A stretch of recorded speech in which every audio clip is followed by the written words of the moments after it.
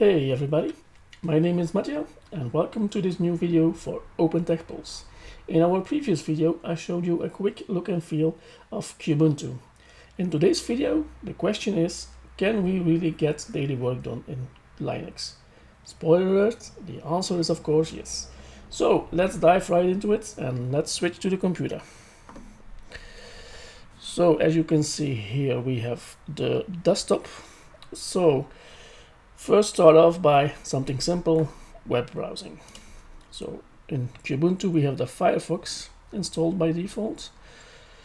So we can go to, let's say we want to watch a YouTube video. We open YouTube and then we search for, I don't know, Linux. And then let's say we want to watch this one. Iedereen Belgitariër in 3, 2, 1. Met onze selectie Belgische producten aan 3. Mail.google.com. Also not a problem. So you can just browse the web like on your Windows machine or your phone, tablet, whatever. So next thing we have mail. In Kubuntu we have the Thunderbird mail application. When we start that for the first time, it will ask you to add an account. You can add Gmail, Outlook or any other provider that you have for your emails. So let's say OpenTechPulse. I'm going to add my Gmail here. Let's see. It automatically finds the right settings for you. And you say done. Yep. Next. Again for the password. But this is only for Gmail. Allow this, and then you will see you can also add your calendars and address books. So in this case let's connect the calendar also. Just you can change the refresh rate, but we leave it as default. So it's connected. Now we do finish. Now when you open Thunderbird for the first time, it will ask you use Thunderbird as a default client for email is of course checked, but you can also use news groups or feeds. Say set as default, allow settings change, yes, allow settings change, yes, and voila, we have our mail, we have our inbox, drafts and mail, all mail, etc. We also have the calendar. I don't really have any appointments for this one, but so you can just add it, double click, and then you can set all the fields you would like. So just like normal, I think you guys are used to Outlook. So as you can see, this is no problem. We can send a new message from 2. So that covers email.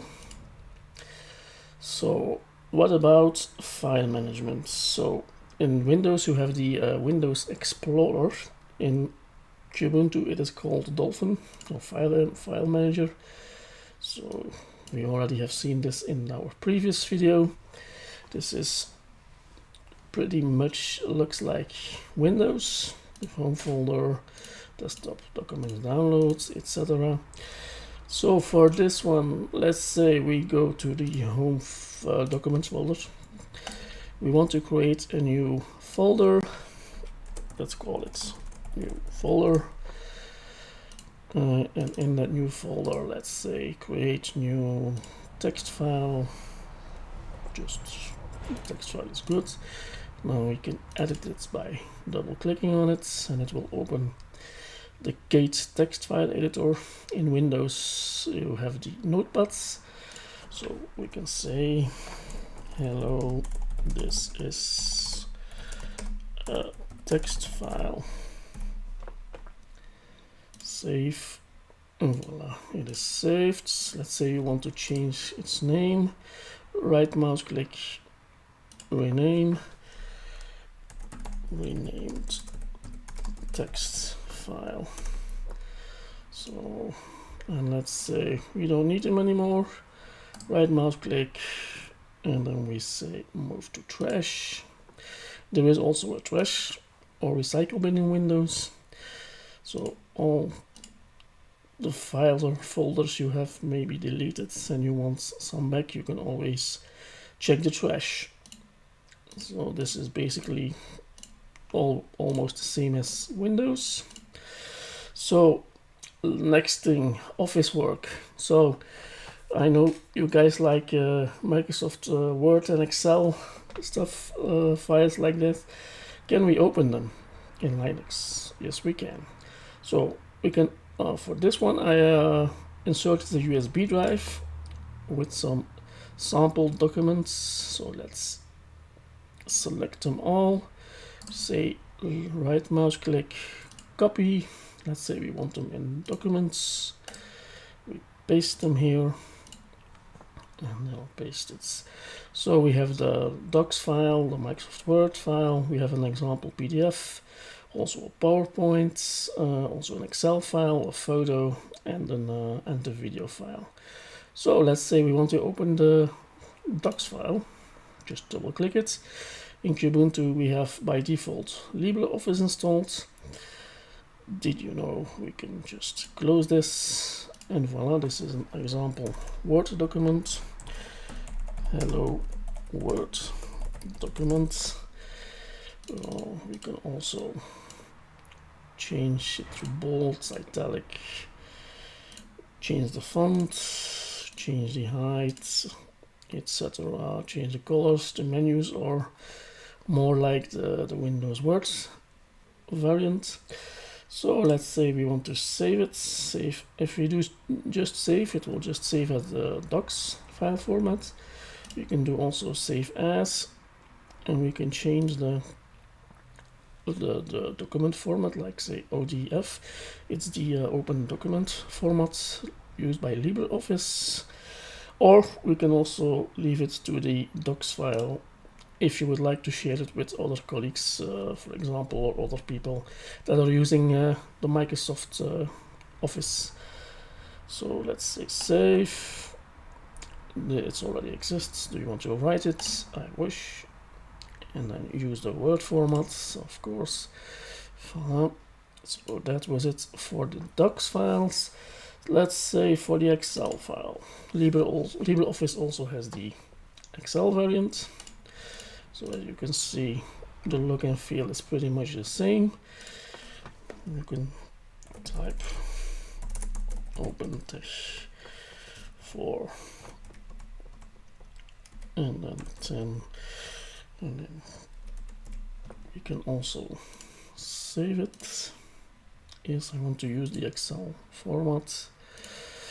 The PowerPoint is pretty much the same. So LibreOffice also has a program for that on application. So this is an example slides. Just make new slides. Open tables slides, and then you can go back to the slide, etc. So it works quite similar as you're used to. Save, yes. Okay, so that was the Office part. Pictures, you can also open it without any problems. Here's an example photo or picture. Just opens, as you can see. Also, for example, you have a local video file. Just double click it and you will see it will open. So this is just an example video. not to worry. So it's just playing.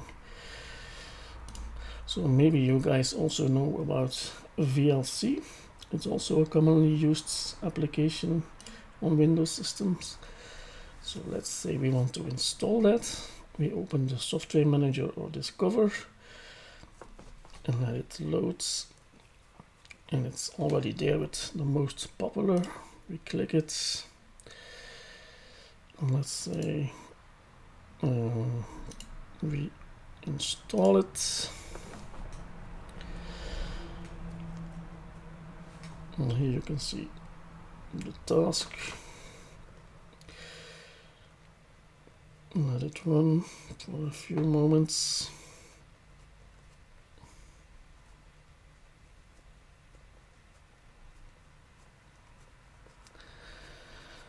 Yeah, it can be a little bit slow because my PC is a virtual machine. Well, you see, task, it's already progressing. Let's give it just a few more moments.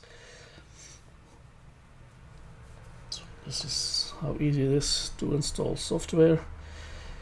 Most software is found in the Discover application.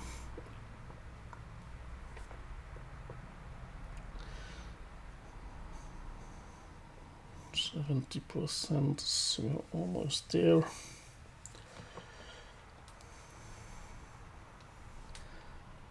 Just let it run for just a few more moments. So like I said, this machine is a little bit quite slow because it's a virtual machine. Okay, voila. So it is installed. We also have the launch button here. Or normally it's also in the start menu. So let's say open it. Continue. Voila. Open file. We go to the location as in documents. We have the example video file here. Open. And as you can see, it opens in the VLC without any issues.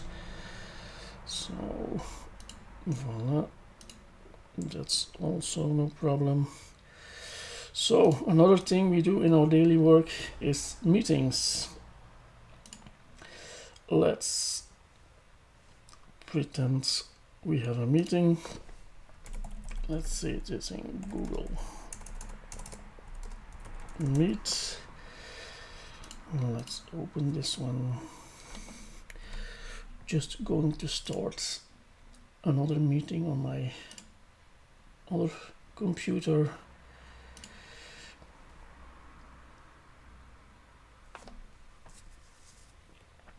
Just a second. Okay. So we know, enter join the meeting now with the code for my meeting. We do join. I have no cameras on this PC.